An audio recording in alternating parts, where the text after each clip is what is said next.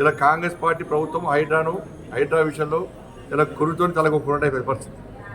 ఏడుస్తున్నారు జనం. రోజు 2-3 వీడియోలు వస్తున్నాయి.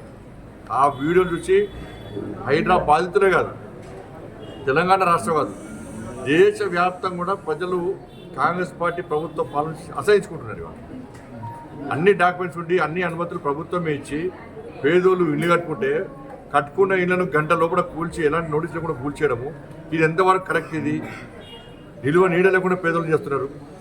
ఇందిరమ్మ రాజ్యం అంటే ఇదేనా? కాంగ్రెస్ పార్టీ స్పష్టం చేయాలి. అంటే పేదల ఇల్లు కూల్చడం ఇందిరమ్మ రాజ్యమా? 6 గ్యారెంటీలు ఇస్తా అని చెప్పి హామీ ఇచ్చి మోసం చేయడం ఇందిరమ్మ రాజ్యమా?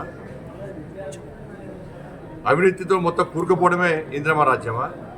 ఏంది ఇందిరమ్మ రాజ్యం అంటే? కాబట్టి హైడ్రా విషయంలో భారతీయ జనతా పార్టీ వారం రోజులు కూడా ప్లాన్ మీటింగ్ చేస్తున్నాం. తప్పకుండా హైడ్రా విషయంలో మేము చాలా సీరియస్గా ప్లాన్ చేస్తున్నాము. నేను మళ్ళీ చెప్తున్నా, ఇలా ప్రజలకు భారతీయ జనతా పార్టీ ఆయుధంగా మారబోతున్నది. భారతీయ జనతా పార్టీ కార్యకర్తలు సిద్ధమవుతున్నారు, నాయకులు సిద్ధమవుతున్నారు. హైదరాబాద్లకు అండగా ఉండడానికి ఈ రాక్షస ఆలోచనను, ఈ మూర్ఖత్వపు ఆలోచనను, ఈ దుర్మార్గపు మనసుతో పక్కకు పెట్టి ఒక మానవత్వంతో రాష్ట్ర ప్రభుత్వం ఆలోచించాలి. హైడ్రా విషయంలో వాళ్ళ ఇంట్లో కూర్చోవడం ఎంతవరకు సమంజసమో గుండె మీద చేసుకుని రాష్ట్ర ముఖ్యమంత్రి గారు ఆలోచించాలి. ఇలా ప్రజలు కూడా అంతా వ్యతిరేకతస్తుంటే ఇలా ఒక్కొక్క మినిస్టర్ వచ్చి హైడ్రా మంచిదే అంటే రేపు వాళ్ళ కూడా కుటుంబాలను మీరు కట్టుకుని నిన్ను కూర్చొని ఎంత ఇబ్బంది ఉంటుంది? అరే కూల్చాల్సిన ఫామ్ హోల్ మాత్రం కూల్చారు, మేమనుకున్నాం హైడ్రా ఒక మంచి ఆలోచన ఉంది కదా, అరే మంచి ప్లాన్తో ప్రభుత్వం ఉన్నట్టున్నది, ఏం చెడు ఆలోచన ఏం లేనట్టుందో మేము అనుకున్నాం.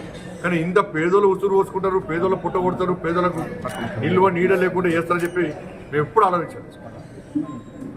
వాళ్ళంతా ఢిల్లీ నుంచి డైరెక్షన్. ఇలా రేపు మాపు ఏం చేస్తారు? బీఆర్ఎస్ పార్టీ అయ్యప్ప సొసైటీ పేరుతో కొన్ని కూల్చింది, అంత పైసలు తప్పి ఇలా హైడ్రా పేరుతో చేస్తారు.